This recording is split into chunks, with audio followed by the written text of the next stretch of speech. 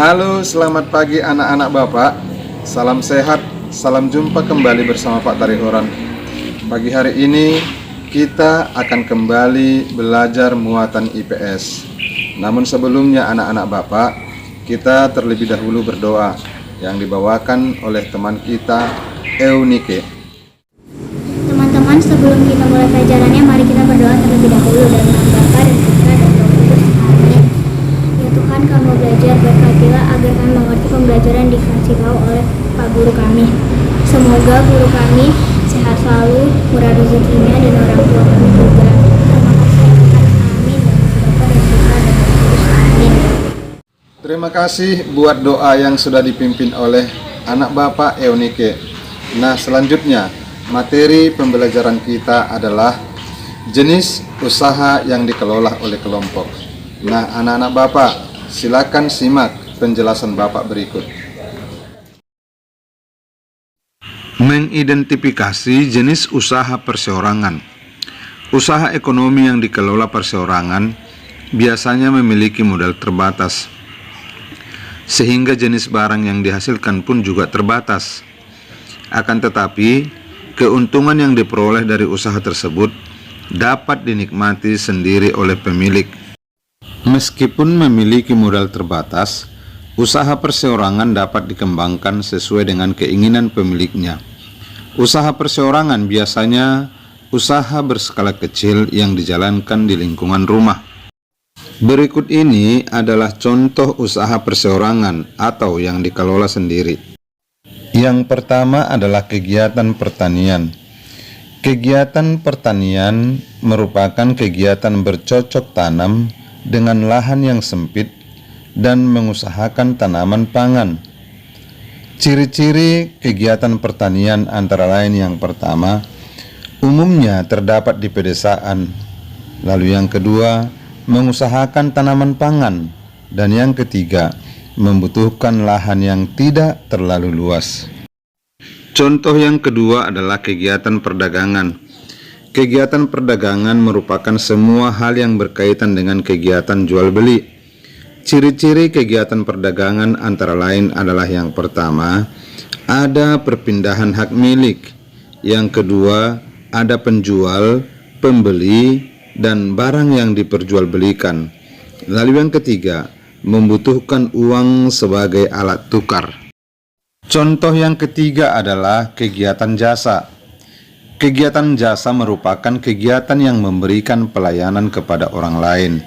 Ciri-ciri kegiatan jasa antara lain yang pertama adalah tidak menghasilkan barang tetapi berupa pelayanan. Yang kedua, membutuhkan keahlian khusus sesuai jasa yang ditawarkan. Dan yang terakhir adalah kegiatan industri kecil.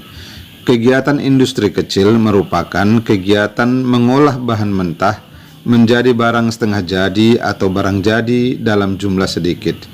Ciri-ciri kegiatan industri kecil yang pertama, menghasilkan barang. Dan ciri yang kedua adalah membutuhkan modal, tenaga kerja, tempat dan peralatan dan dalam jumlah sedikit. Menjelaskan jenis-jenis usaha kelompok. Usaha kelompok biasanya dikelola dan dimiliki oleh lebih dari satu orang.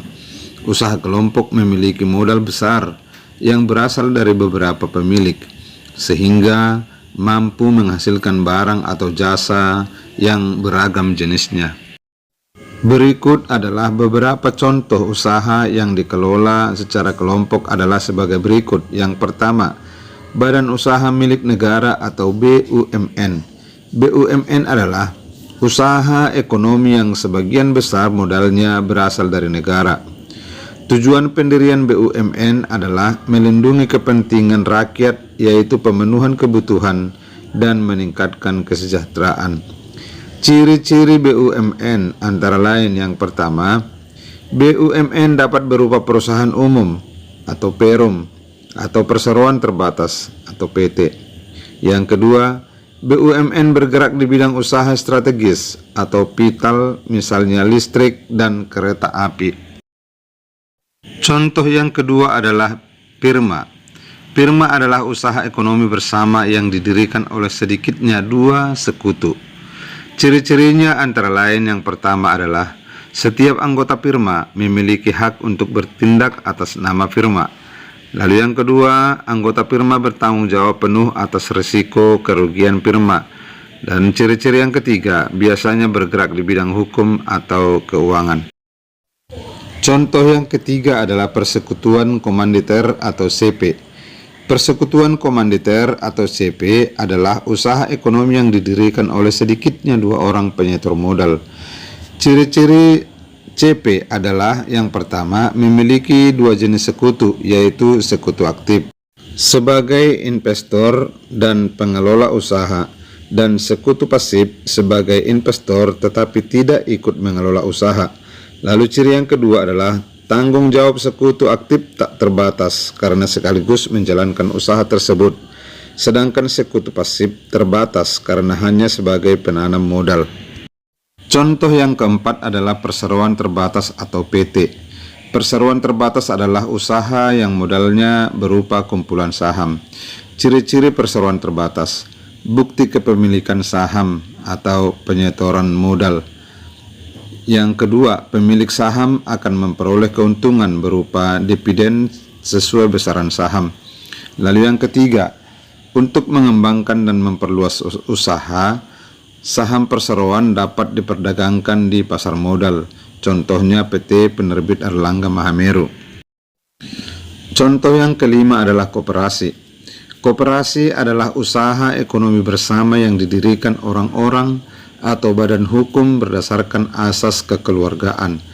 Ciri-ciri koperasi: yang pertama, dilakukan berdasarkan asas kekeluargaan.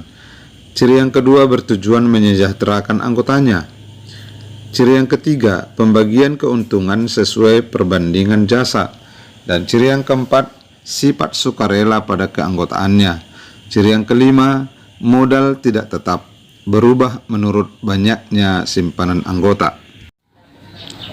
Demikianlah pembelajaran singkat kita untuk pagi hari ini. Semoga apa yang sudah Bapak jelaskan dapat dipahami dengan baik oleh anak-anak Bapak. Selanjutnya anak-anak, silahkan kerjakan tugas-tugas berikut. Nah, selamat mengerjakan. Salam sehat, salam satu hati 5B. Terima kasih.